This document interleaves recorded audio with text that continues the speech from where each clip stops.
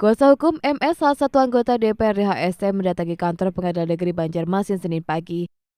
Kedatangan mereka untuk memasukkan permohonan pra-peradilan atas penetapan MS sebagai tersangka dalam kasus dugaan korupsi kegiatan kader sosial tahun anggaran 2022 di Dinas Sosial Kabupaten Hulu Sungai Tengah. Penetapan tersangka itu dilakukan pada Jumat 30 Agustus 2024 lalu oleh pihak Kejati Kalsel. MS sendiri adalah anggota DPC Partai Demokrat HST. Dia juga terpilih menjadi anggota DPRD HST pada Pileg 2024. Penasihat hukum MS Zainal Abidin mengatakan ada kejanggalan dalam kasus ini. Pasalnya MS dipanggil sebagai saksi namun pada hari yang sama ditetapkan sebagai tersangka dan langsung ditahan. Selain itu, MS juga mengembalikan uang yang telah dikeluarkan sebelumnya sebesar 300 juta rupiah dengan menggunakan uang pribadi. Pengadilan Negeri Banjarmasin ini dalam rangka mendaftarkan pra-peradilan atas kuasa hukum yang diberikan kepada saya atas nama M. Saidinor, yang ditetapkan sebagai tersangka. Dia meminta karena tidak terima ditetapkan tersangka oleh Kejaksaan Tinggi Kalimantan Selatan, dalam hal ini Pitsus, dia sebagai penyidiknya, dia tidak terima, jadi dia meminta untuk dilakukan pra-peradilan.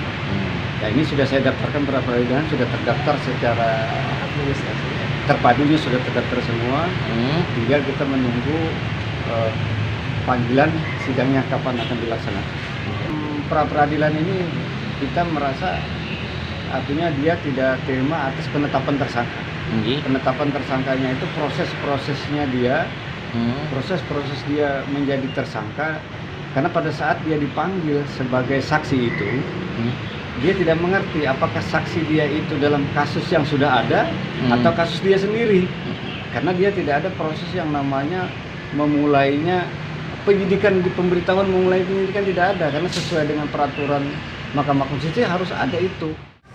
Kasus ini sebagai ketua partai ini harus mengayomi rekan kita dengan dalam artian bukti perhatian kita sebagai ketua partai dan rekan kita sebagai anggota dewan. Saya akan memberikan pengayoman dengan bantuan hukum, dan bantuan hukum ini bukti kita sebagai ketua partai dan mengayomi ke anggota kita dan anggota dewan rekan kita. Untuk bukti pengayoman ini saya akan melimpahkan dalam artian kuasa hukum kita dan untuk menangani kasus MS tersebut pada pengacara Zainal Abidin SH dan rekan-rekan beliau yang akan menerangkan bagaimana kasus hukum ini. Dan saya mohon dalam artian untuk pengadilan atau kejaksaan ini janganlah dalam artian disangkut pautkan dengan ranah politik, karena kasus ini kan ranah dalam artian pribadi, bukan ranah politik. Jadi harapan kita benar-benarlah dalam artian secara hukum dilaksanakan, bukan ranah politik kita.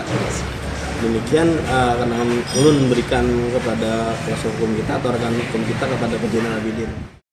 Dalam kasus ini diketahui selain menetapkan MS sebagai tersangka, pihak kejaksaan juga menetapkan PLT Kepala Dinas Sosial Kabupaten Hulu Sungai Tengah berinisial WR sebagai tersangka dengan kasus yang sama. Tim Liputan, Duta TV, Banjarmasin.